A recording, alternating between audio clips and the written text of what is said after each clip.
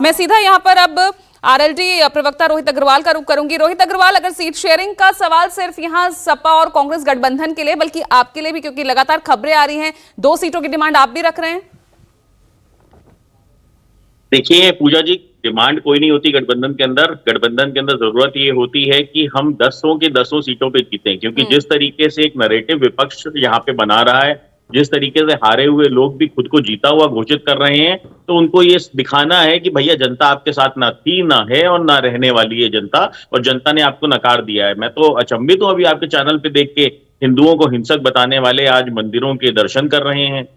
इनको मणिपुर की बेटियां दिखती हैं पर इनको बंगाल की बेटियां नहीं दिखती हैं। उस पर कांग्रेस प्रवक्ता कहती हैं एक महिला के साथ वहां पे दुराचार हो गया तो उससे क्या फर्क पड़ता है। मैडम, देश की हर बेटी का सम्मान होना चाहिए। मैडम बीच में मत बोलिए, बीच में मत बोलिए। एक महिला हो के आप महिला का दर्द नहीं समझ पा रही हैं, एक महिला हो के महिला का दर्द नहीं आप समझ पा रही है। ये शर्मनाक है, ये पूरी तरीके से शर्मनाक है।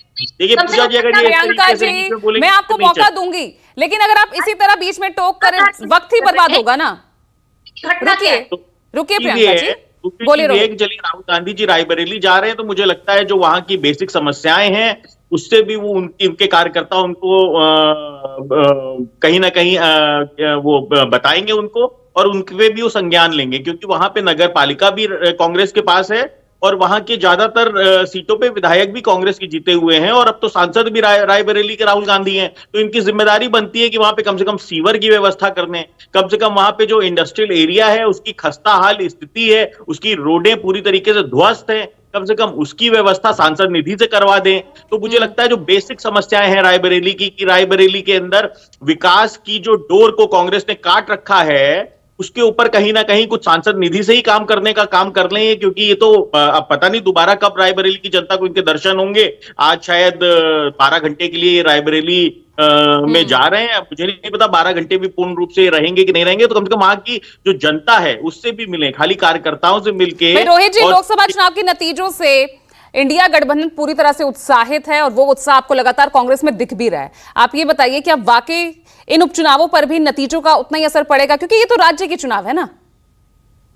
अब पूजा जी, जब मतलब अगर कोई बच्चा फेल हो जाए उसके बाद वो चिल्लाता रहे, चीख के चिल्लाए कि भैया मैं टॉप कर गया, मैं टॉप कर गया, मैं टॉप कर गया, थोड़ी देर बाद उसको समझ में आया कि भैया तुम पीछे से टॉप किए हो, तो अब इसमें हम क्या कर सकते हैं। भाई इंडिया गठबंधन उत्साहित है, उत्साहित रहे, इसी तरीके से उत्साहित रहे। मैं तो कहूंगा जनता इनको इसी तरीके से विपक्ष में मजबूती से बनाए रखे, ताकि लोकतंत्र की खूबसूरती बनी रहे और लोकतंत्र के अंदर जनता की आवाज कहीं ना कहीं सुनी जाए। क्योंकि जिस तरीके से ये विपक्ष में है उसके बावजूद इनका उत्साह कम होने का नाम नहीं ले रहा है, तो मुझे लगता है कि इनकी एक्सपेक्टेशन भी विपक्ष में रहने की परीक्षा तो आपकी भी होनी है ना।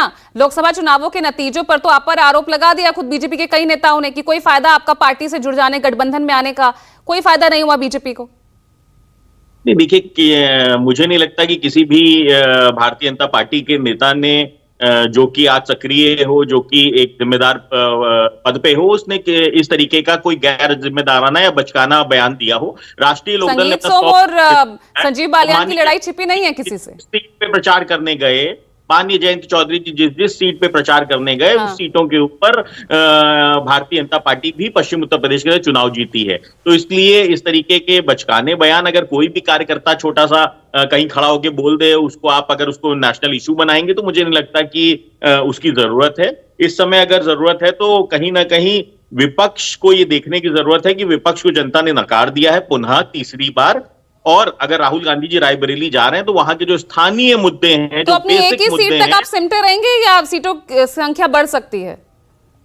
थोड़ा सा क्लियर। बिल्कुल, देखिए हर राजनीतिक दल की इच्छा होती है, हर राजनीतिक दल के कार्यकर्ता की इच्छा होती है कि उसका विस्तार हो, और हमारी कोशिश भी हमेशा यही होती है कि विस्तार हो। और गठबंधन के अंदर हम एक दूसरे के पूरक होते हैं, एक दूसरे के सहयोगी होते हैं। सबसे पहले उसके अंदर जो मुद्दा होता है वो मुद्दा ये होता है कि आप विनिंग कैंडिडेट, विनिंग कॉम्बिनेशन बना के दें। राष्ट्रीय लोकदल मजबूत है पश्चिम उत्तर प्रदेश के अंदर। सिद्धार्थ यादव जवाब दीजिए। संकेत थोड़ा सा दे रहे हैं कि भाई हर राजनीतिक दल विस्तार की और की अपेक्षा करता है, उम्मीद रखता है।